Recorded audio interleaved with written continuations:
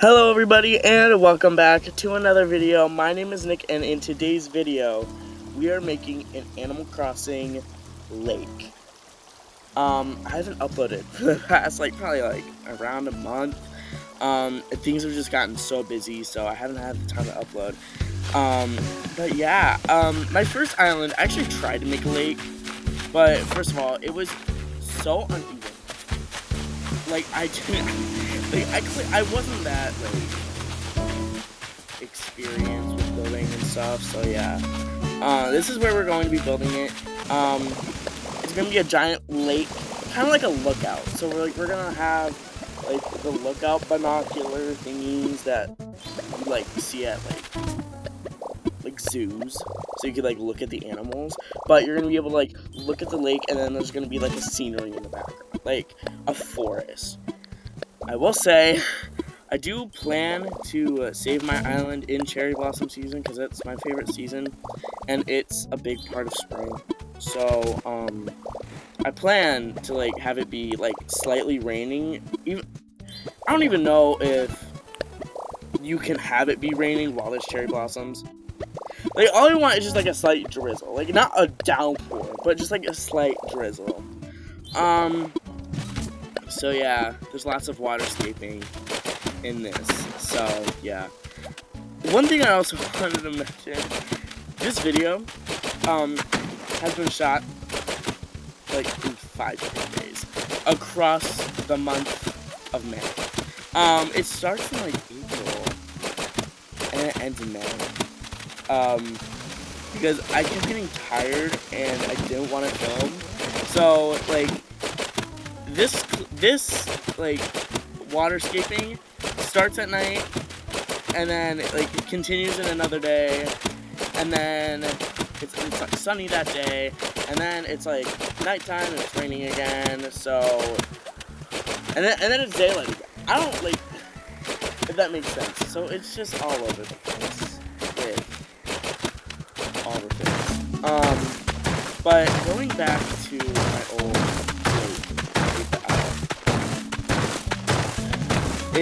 okay, so what happened was, none of my lines were straight, so all of the, waterscaping lines were all, they weren't in a line, if that makes sense. The lake was uneven, so it didn't look like a circular lake. It was more of a zigzag type of thing. It was so bad. And I did really bad decorations because I wasn't as experienced in Animal Crossing. I didn't know what I was doing. I was I think I saw it online and I was like, that would be fun. Oh yeah, this is a prime example of what I was talking about. It's daytime now. The last clip was at night. So yeah, this is just me continuing the waterscaping. But also, I didn't know how to get straight lines, but still have that curve, if that makes sense. So it was really difficult. And another thing that I hate about, not necessarily the game, but this is just one of my least favorite aspects of the game, is the waterscaping tool. Now, I think the waterscaping tool and the terraforming tool do go hand in hand. The terraforming tool, you gotta be really consistent and really, you gotta be able to know what you're hitting to break the terraforming, because it's so difficult sometimes, and it's harder to make the curved terraforming hills. So that's one reason why I hate it. The waterscaping tool is really difficult to use sometimes, just because you gotta be very precise with where you're hitting it, and you gotta make sure you don't. There's times where it'll just that right there. You make it in the spot where you don't want it, and it didn't make it any better. That flick was literally just in where I wanted to make this lake. And there was one point where I had to push him out of the little area because it was bothering me so much. And I couldn't get him on the outside because he would just be there too, and I had to do something else on that side as well. It's just the way these aspects are. It just doesn't make any sense sometimes, and I really wish it was just a quicker way to do it, and not go like every tile, like one tile at a time. Like if there was like a bigger tool, that would be great. Like, or you know what would have been awesome is to have like upgrades to like these things where you could break like multiple tiles at once, and you could like pay Nook miles for it. Like you would like get the different tiles, if that makes sense. That is how the lake came out. That's how I just had it.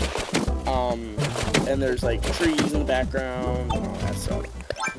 But you could have like, if it would be cool if you could get like upgrades for the terraforming and the terraforming might be a little more difficult, but like for the waterscaping, you could like fill a bunch of them in at once, or like get more water at once, if that makes sense. So you can make bigger bodies of water quicker, if that makes sense. And like having, you could just like buy the upgrades through Nook miles like you would any other like terraforming thing, like the different paths and stuff. Once again, another scene change thing. It's dark outside now, again.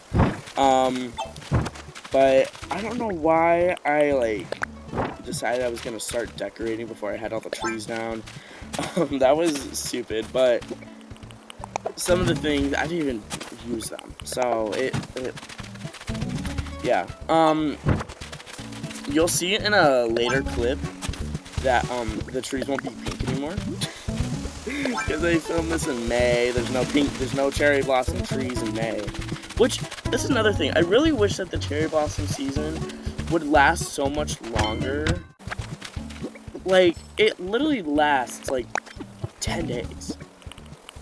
Like, why can't the entire month of like April and like the beginning of May be like all cherry blossom trees? Like, that would be so cool. Once again, we're in clouds, and it's just another scene change. And yeah, that's how all the trees look. Obviously, the hardwood trees are gonna change to be pink once I save my island. But the cedar trees are still gonna be there, and they'll be fine. But like now that I think about it, like I feel like I'm almost done with my island. That like sounds so crazy to think about, but I'm almost done. And like the entire, except for all the beaches, I've only decorated 2 beaches. I hate decorating beaches. It's such a pain. And you just gotta like figure out a bunch of stuff. And there's so many. It's crazy. And the only beaches that I've like decorated is the one in front of Felicity's house and the one for the frogs. Which I think both of them came out really nice. And I think I'll be able to continue to have all of the beaches done. It should be fine. I'll make a giant video about it. It should be okay. But because I haven't been playing as much, I kind of have a lot of weeds on my island. Yeah. So, I gotta clean them all up, which I hate, because I literally went on a rampage one day, cleaning up all of the weeds around my island. Like, cleaning up all the flowers that I didn't want, because I had, like, really ugly flowers. The pansies. I had all the pansies around my island, and I absolutely hated them, because I don't like that they're, like, dark in the middle, especially what they call the white ones, because the middle is blue. It literally looks like a blue pansy, but there's just white on the outside. But also, the blue ones are like darker in the middle, but blue on the outside. I don't know. I really don't know. They're just. I did not like the moonflowers, so I threw them all away because I'm like, I don't want to deal with these on my head. So, and I was able to get like a bunch of them. I was looking for tulips for so long, and I finally found them with leaf, and I bred a bunch of them. Thank God. But now, like, the entire bottom right side of my island is filled with flowers. There's flowers everywhere, and I'm like, oh my gosh, where am I gonna put all these extra flowers? Like, at the end of my island is gonna fill every flowers. I'm not actually gonna do that because like that would not be fun. But I mean, spring core is all about flowers. What can I say? So this little area, I didn't really know what to do with it. You'll see me always use the picnic blanket because it fills up a lot of space and I really like it. This is that was the lookout area. I will get the binocular thingies. I just didn't want to have to time travel right away. So yeah, or change the scenery. Now it's daytime. But now I am making the scenery background thingy. The one thing that I'm actually a little bit sad that I didn't get to use as much were those volcano thingies. I love the white ones, and they're gonna correspond really well with the cherry blossom trees because like the white on pink, and it's like a lighter pink, so the colors go really well together. I really wanted to use like wheat fields and the volcanoes and mushrooms and lots of flowers, which unfortunately you aren't really able to see them as much. I would have had to make the lake so much smaller, but I like that the lake fills up a lot of the area around here. Another thing I wanted to use, though, oh my god, I didn't use any Keroppi snacks. That's okay. But I really wanted to use the Keroppi lanterns because they give it like more of a foresty vibe, which, that's another thing I want to do. I want to do like a jungle port island one day. Maybe. We'll see. We'll see how it goes. But, yeah, I don't know. It gives it, the Keroppi lanterns give it more of a foresty vibe. I also really love the the fencing, the white fence, because, I don't know, it's really cute. So, because it's white, it gives off so many spring core vibes. And it's awesome. So I think I've used it a lot around the island. Not necessarily the front, because it took me a while to get the fence.